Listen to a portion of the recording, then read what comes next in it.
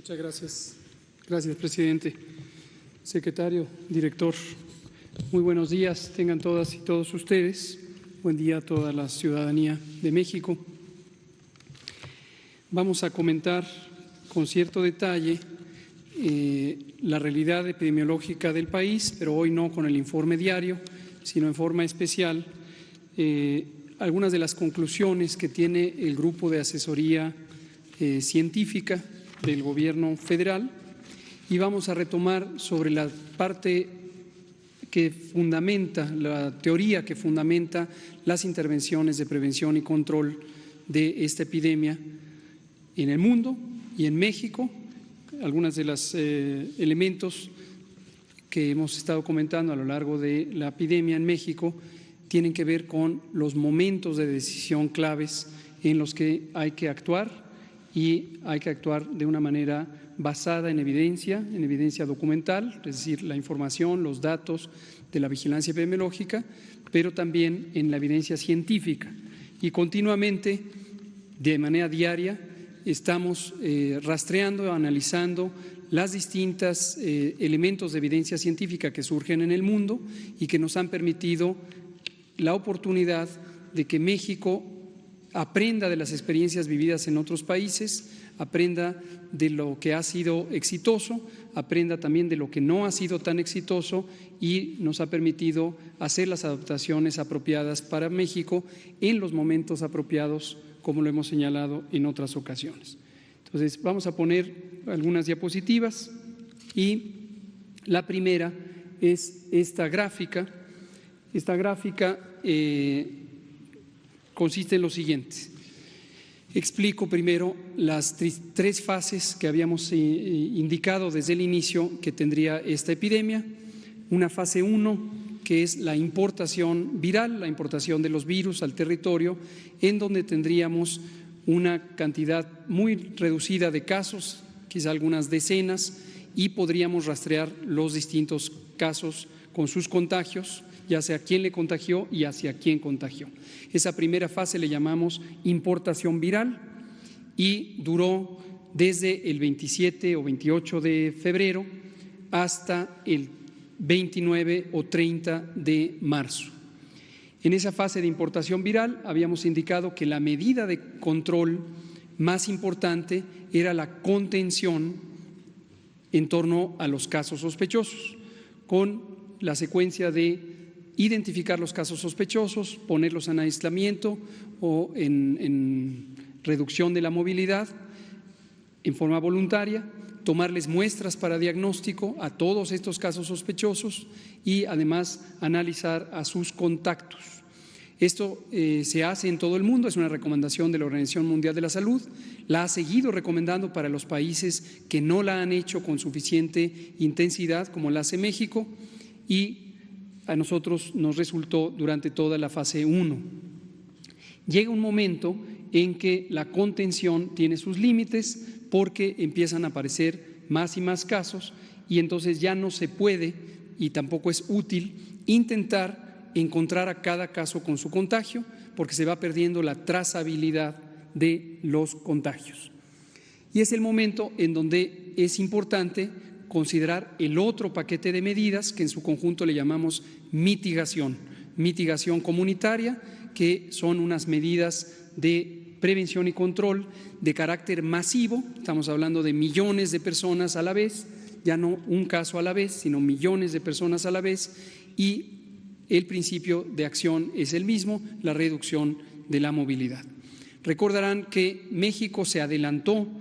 a la fase 2, la fase de transmisión comunitaria, con medidas que empezaron desde la fase 1, y concretamente cuando identificamos el 13 de marzo que habíamos triplicado el número de casos identificados con tan solo 12 casos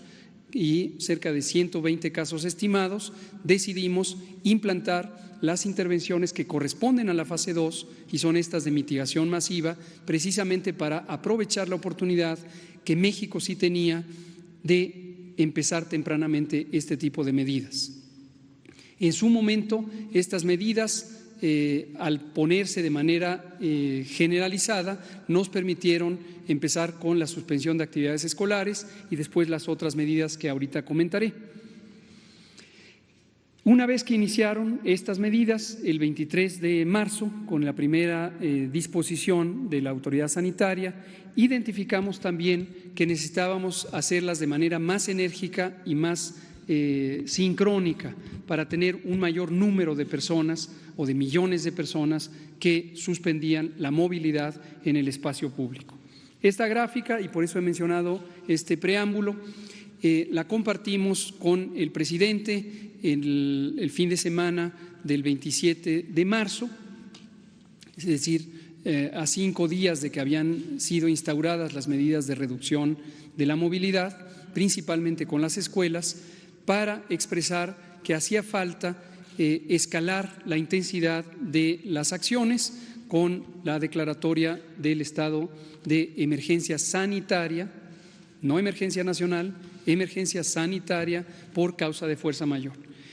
Y aquí explico la gráfica, la hemos comentado en otras ocasiones, para ilustrar el principio teórico de la mitigación y que en un momento vean ustedes los datos reales, los datos observados y las proyecciones que han hecho especialistas en epidemiología matemática y en matemáticas teóricas y aplicadas. En la curva anaranjada lo que se ve es lo que le ocurriría a México si no se hicieran intervenciones. Es una curva epidémica